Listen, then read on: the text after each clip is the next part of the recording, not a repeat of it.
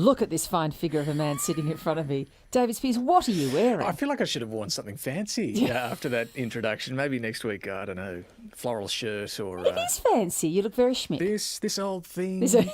Hey. How are you? I'm well. What a week. What? Oh, I would like this week. I would like this month. I would like this year to end, and it's only just begun. I mean, I know for, 5-6 weeks we've been saying this every week, how extraordinary it is. But can I just give you the quick list, just for this week alone? Because it is extraordinary, right? Okay, all right, if you have to. The Gations inquiry paused. Did the PM mislead Parliament? That's Monday. Then Monday night, the Channel 10 revelations about the lewd behaviour in the building by government staffers. The attempted reset at the press conference Tuesday, which had some tears, and then this allegation that was wrong about an incident at News Corp that the PM had to clean up with an apology. You had Eric Betts, accused of smearing Brittany Higgins. He denies it, but the Speaker of the Tasmanian Parliament reckons he did.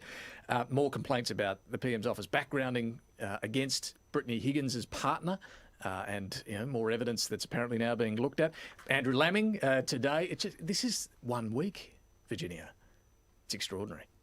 I don't know how any government can keep surviving this stuff if this is going to go on week by week.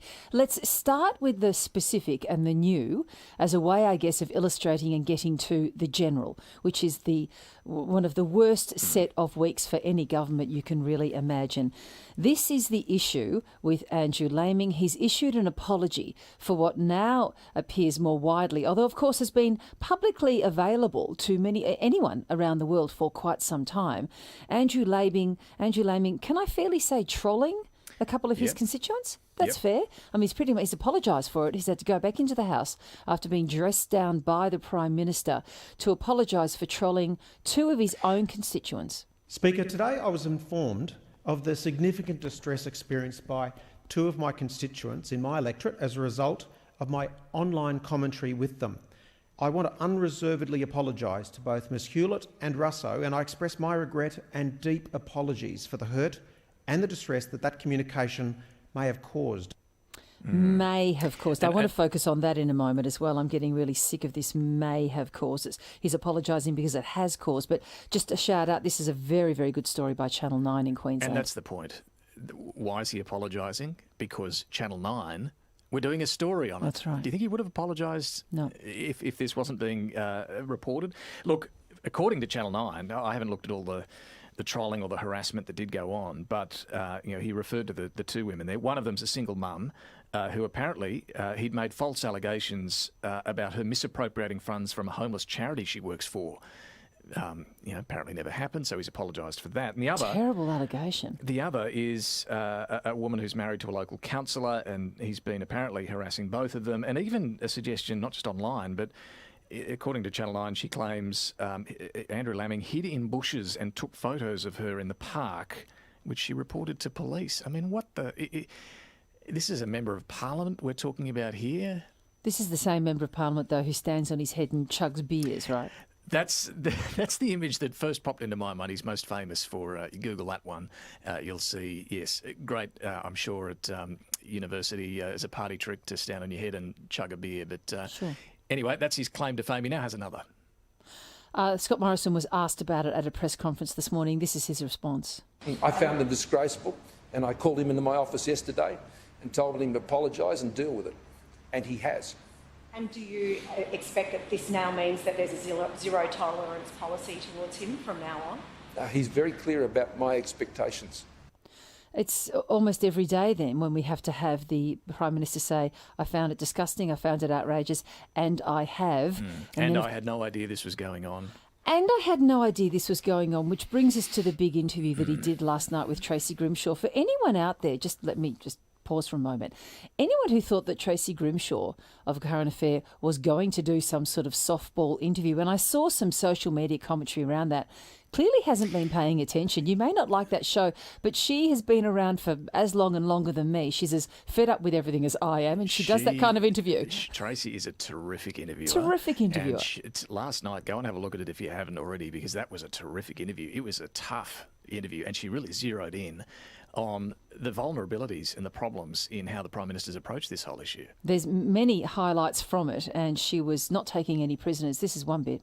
If you are saying that you have been aware of the enormity of this issue preceding Brittany Higgins coming out a month ago, if you've been aware of it, when At a different level. This has taken me deeper into this issue than I've appreciated before. Where have you been? Well, I think that's a bit unfair, Tracy. This has been a big wake-up call, and it's been like a red light to say, stop, look, listen. And that's what we're doing. Well, where have you been? I thought, that was an excruciating exchange there, because Tracy then went on to say, well, you don't live on an island. Maybe you live in a bubble. I don't know. But in other words, you talk about and reference the women in your life, your wife, your girls, and so on. How can you not know that women have been experiencing this for so long? Now, I get it. The Prime Minister clearly can argue that he wasn't aware of some of the serious allegations that have come to light recently. But this goes to it cuts to the core of this whole issue, doesn't it? A failure to understand, to hear what women have been saying about the mistreatment, the misconduct, and worse, that they've been subjected to. Pull back a little bit. Let's try and take a broader view, David. How bad a political issue is this? And remember, we're talking politics here, so before anyone gets upset saying, no, this is about and it's harassment, human rights. Politics, we know all that, but we're concerned here with the politics of it, with people wanting to keep their jobs, wanting to keep government, or wanting to gain government. How bad is it? It's bad. I mean, the polls give us a read on the public mood on this and how politically damaging this is in the public. But the other aspect of this we have to consider is internally within the Liberal Party, and I've done a lot of calling around this week to try and ascertain that. Look, Scott Morrison's leadership's not in question here, but he's certainly lost some paint. He's lost some skin over this. I mean, MPs saying to me, they've drawn a link between this and the bushfires from more than a year ago. Right. That where it comes to a crisis that requires human empathy, that requires judgment, that requires reading what community sentiment is, on both of those crises, he's failed. And they no longer think he has this, magical political radar and judgment to get them out of trouble. And this has dragged on a lot longer than the bushfires now. So, yes, he's being marked down. As I say, this is not a leadership question. Over the last 10 or 15 years, it would have been for Malcolm Turnbull, Tony Abbott, Kevin Rudd, Julia Gillard. But for a number of reasons, that's not the case now. We're in the middle of a pandemic. There are different rules around the leadership and all of that. And, he has a lot of loyalty in that party room. But, this is the worst period for his prime ministership. That newspaper article that had the headline saying that Josh Frydenberg was now the undisputed heir apparent, with everyone else sort of falling by the wayside around him, that would have been uncomfortable for him, though. Oh, sure. I think that's true. I don't think there's any denying that. But, there's always an heir apparent or two. But it's clearly Josh Frydenberg alone. But when the heir seems to be getting closer and closer behind your back. I would say in fairness, Josh Frydenberg has been a very loyal deputy. Totally. I don't think he has done anything to sort of stoke any of that. No, completely. This is an article separate from him, and I completely acknowledge that too. I think he's perfectly straight down the line. But that the question is even asked, and I heard that asked by Sabra Lane, when it starts to be asked, is your leadership secure? It's like, uh-oh. Well, the question at the... and it was a fair question to ask for Sabra Lane, but it also came up from Andrew Clennell from Sky at that press conference on Tuesday. The question that prompted that reaction the Prime Minister was the question was along the lines, if this was in the corporate world, your job would be under question. And that's when the PM reacted as strongly as he did, over the top, and having to apologise for it later. Staying with the political reality, what about his office and his advisors? The question's been asked this morning about, hey, name the most senior woman in his office, and it's hard to. He's getting bad advice? Look, I think what we've seen exposed over the last few weeks, not only issues around the PM himself getting the right tone and the right language and all of that, not to mention the right policy response to all of this, but yes, there are real questions about the processes in his office as well, whether it's who knew what when about the rape allegation, whether it's who did what when about backgrounding against Brittany Higgins' partner. What's going on in that office, I think, has been exposed as some process concerns. And it's still a little unclear to me why the Prime Minister hasn't been able to simply ask his staff and get a straight answer. Did any of you background against Brittany Higgins and her partner? That would have nipped it in the bud had he been able to establish that a lot earlier on, instead of stonewalling on these questions for 14 questions, I think, in Parliament, and the problem becoming bigger. The impression being created, it's not the old John Howard mean and tricky thing, which, really, over the years, gathered a bit of force behind it and started to stick. But it is a bit of tricky. It's a bit of sort of like slippery, isn't it? Look, yeah, I think it's a sense of not wanting to know certain things, not willing to ask difficult questions in his office in particular, or amongst MPs that are going to create further problems, wanting to wait things out and hope that they blow over and move on. That approach just hasn't worked. And now we are getting to some more difficult questions around how to fix these problems, and a politically different question about a structural change to quotas. This is where it gets more politically difficult for the Prime Minister. Well, it does, because that comes down to the states. And do you have a sense of how they're going to respond? Well, it feels to me like the Prime Minister's sort of dipped his toe in the water on this. He's kind of, to use one of his favourite sledges, had a bet each way, saying he's open to the idea. Most politicians certainly are either for or against quotas. They have a strong view, one way or another.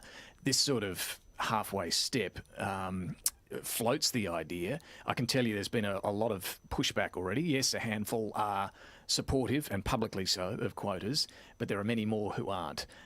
Indeed, one MP said to me, rather cynically, this is just a desperate Prime Minister willing to throw out one of our principles here because he's in so much trouble. These are people who've spent a lifetime arguing against quotas, and we can get into the pros and cons of that, but this is their fundamental view that it's a bad idea. Now they see the Prime Minister willing to discard that. So that's feeding into a bit of anger as well in the party. You would have seen Nikki Savva's column yesterday describing Liberal women as being so trapped to talking points and to defend the indefensible, they became the Stepford wives of the Liberal Party. It was a brilliant image and a great description. Any response from Liberal women you've been speaking to? Well, in fact, I can tell you, because I've just confirmed it for Sunday morning. The Prime Minister and the Minister for Women, Marise Payne, were unavailable for us on Insiders. So I'm talking talking to two women on the backbench in the Liberal Party, Katie Allen and Sarah Henderson, to get their views on the events of the last few weeks and the way forward from here, just to get a sense of not only that discussion around quotas, but what else needs to change to try and actually fix these issues. Well, that'll be a good conversation. And to get their sense on quotas as well, and whether that can turn into some sort of big political change. It is a big change. I mean, for a party that's just been unequivocal in saying no quotas, to then suddenly go, yes, quotas. Actually, you're right all along. A little bit maddening. And it is more complicated in the Liberal Party. Their state divisions call the shots on pre-selection, so they each have to do that. But look at the stats. Labor brought in quotas in the 90s. They have 47% of their members now are women in federal parliament. The Liberals, for all their efforts, currently have 23%. 77% are male in parliament. So the quotas aren't going to fix the problems of some of the vile behaviour that we've been talking about in recent weeks. Sure, that's still, there are many reasons as to why that happens. But having more women in the parliament, and I would argue there have been some good ideas coming forward on getting more women in senior staffing roles as well, it's surely going to help. Let's talk about JobKeeper ending on Sunday. Yep. I had an interesting conversation with Andrew Lee, the Shadow Assistant Minister for Treasury, just before. The majority of JobKeeper recipients are Victorians. Yeah, that's interesting. And obviously there's a lot of concentrated pockets like Cairns as well that are really going to struggle after JobKeeper's turned off. I think it's fair to say, though, as JobKeeper's stepped down over the last 6 months, each time it has, we've seen a surprise on the upside in terms of how unemployment has actually kept falling, despite Labor and others arguing that it should have been maintained at the higher rate and so on. I'm not saying at the individual level it hasn't caused pain stepping it down, but at the macro level, we've actually seen better than expected results in employment. The crunch comes Sunday, though. Yep. The crunch will come when we see it turned off. On Sunday. Yes, there are some targeted supports for aviation and a bit more money for the arts that was announced the other day, but generally speaking, this is going to create at the individual household level some real grief. So is JobSeeker coming down by about $100. There are a bunch of other measures around the time of this week too, like at the moment you can't get your electricity disconnected if you're not meeting payments. That all comes to an end in many parts as well. So all of this is going to happen it is going to have an impact. I think we will see inevitably unemployment go up. Treasury's estimating about 100 to 150,000 jobs will be lost for a while, but they're confident a lot of those are sole traders who'll transition into employment elsewhere. But it's going to be a really testing point. We're going to see some numbers from the government today too, that the budget bottom line isn't looking quite as dire as forecast. About $23 billion better than... That's right. That's because more people are in work, so paying more tax and fewer benefits having to be paid out. But that means they've probably got a little bit more in the kitty they could go to if they need to in the budget to help with some targeted support where it's needed. No, it's a very big turnaround, and I mean, remember the claims of doom and gloom at the time. It has absolutely been, as predicted by some economists, that V-shaped bounce. So let's hope it keeps going in the right direction. Yeah. Have a great show, David. Thanks, Virginia. David Speers there with you from Insiders. Don't forget to tune in to Insiders of a Sunday morning at 9 a.m. YouTube, thanks so much for watching us today. Bye. We'll see you again very soon.